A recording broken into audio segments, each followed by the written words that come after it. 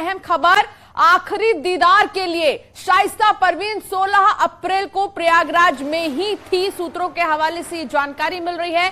कब्रिस्तान जाना चाह रही थी। शाइस्ता शहर के खुलदाबाद इलाके में अतीक के एक बेहद करीबी के घर में रुकी हुई थी शाइस्ता परवीन। सूत्रों का दावा है कि शाइस्ता के साथ उमेश पाल शूटआउट केस का शूटर साबिर भी था।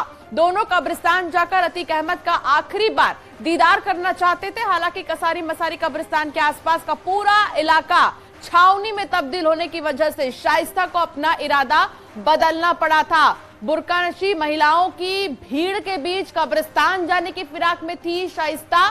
मीडिया में सुरक्षा इंतजामों की लाइव तस्वीरें देखकर शाइस्ता कब्रिस्तान जाने की हिम्मत नहीं जुटा पाई। सर्वेश लगातार हमारे साथ जुड़े हैं। सर्वेश, और क्या जानकारी मिल रही है? शाइस्ता आखिरी बार दीदार करना चाहती थी अपने महबूब की, लेकिन वो भी नहीं कर पाई क्योंकि लगातार पुलिस की नजर थी चप्पे चप्पे पर। देखिए, अतीक अहमद और अशरफ की हत्या 15 अप्रैल की शाम रात 10:30 बजे करीब उस दौरान हुई थी जब पुलिस कस्टडी में उसे मेडिकल के लिए ले जाया गया था। और इसके अगले दिन 16 तारीख को शाइस्ता परवीन शूटर साबिर के साथ प्रयागराज पहुंची थी और वह जफरुल्लाह के घर में ठहरी थी और वो चाहती थी कि वो आखिरी दीदार कर ले अतीक अहमद का, और इसीलिए वो कसारी मसारी कब्रिस्तान भी जाना चाहती थी। लेकिन जिस तरह का पुलिस फोर्स यहाँ पर डिप्लॉय की गई थी, जिस तरह का छावनी में पूरा एरिया तब्दील था, मीडिया के कैमरे लगे हुए थे, तो शाइस्ता परवीन यहाँ हिम्मत नहीं जुटा पाई और लास्ट मोमेंट पर शाइस्ता परवीन और शूटर साबिर यहाँ पर नहीं पहुंचे और वो यहाँ से चले गए। और ये जानकारी मिली है कि 2 मई को एक बार फिर से यहाँ पर साबिर आया था, लेकिन पुलिस को इसकी भी भनक नहीं लगी। तो कुल मिलाकर ये कह सकते हैं कि साबिर जो 5 लाख का इनामी है वो फरार है और शाइस्ता पर 50,000 का इनाम है।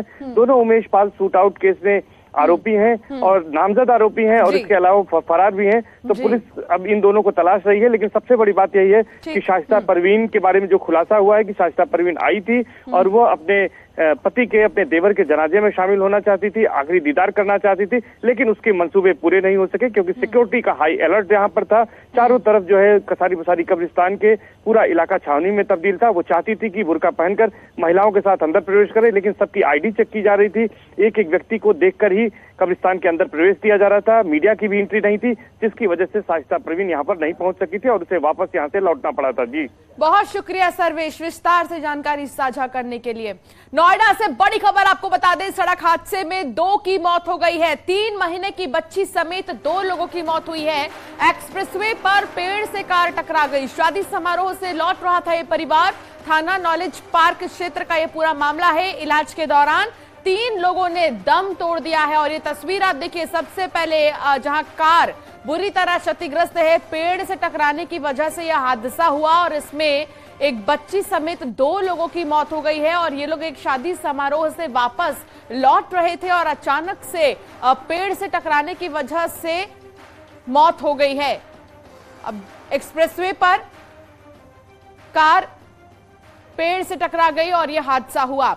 संभल में गंगा में स्टंटबाजी करते समय एक युवक डूब गया है। घटना के बाद गोताखोर तलाश में जुटे हैं। घटना जुनावई थाना इलाके में सांकरा गंगा घाट की है, जहां दोस्तों के साथ एक युवक गंगा नहाने आया था, लेकिन यहां पर वो डूब गया है। इसकी तलाश लगातार जारी है। गोताखोर यहां पर उसे ढूंढ रहे हैं शव को। सांकरा गंगा घाट की पूरी घटना है। दोस्तों के साथ संभल में नहाने आया था गंगा घाट पर, लेकिन एक शख्स डूब गया यहां पर। या कोई चीज